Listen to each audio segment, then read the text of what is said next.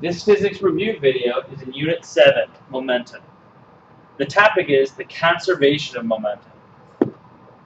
Similar to charge, matter, and energy, momentum is also conserved always. It's universal, anywhere in the universe. It is never created or destroyed, it is only transferred unless an outside force acts upon the object. So an example would be, if you have a marble that's moving around, it will always have the same momentum unless friction or a person or some other force acts upon it. Here's an example of a typical conservation of momentum problem. I have a cannon with a cannonball on the inside of it.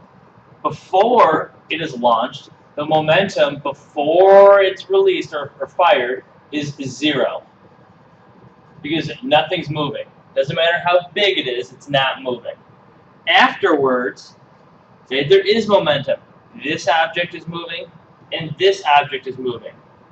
But because momentum is always conserved, I initially started with 0. I must then end with 0. So that means that the momentum of the cannon plus the momentum of the cannonball must equal 0. Really what we're saying is that the momentums must equal each other in opposite directions.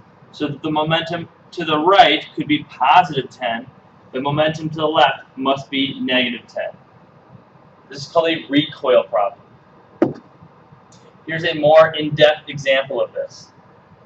I have a cannonball, a cannon again that's unlaunched. Before it's launched,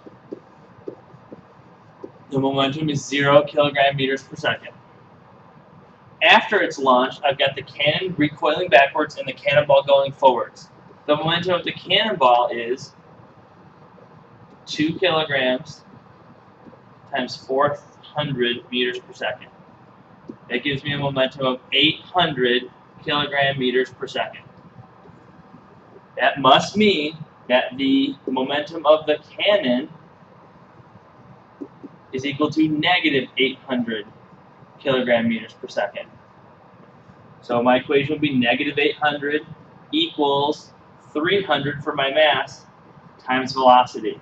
The velocity would then be 8 over 3, or negative 2.67 meters per second. So if we think about what we found here is that the cannonball is much smaller, but is going much, much faster. So it's going 400 meters per second, but it has a very small mass. The cannon has a very large mass, but is going backwards at a very slow rate.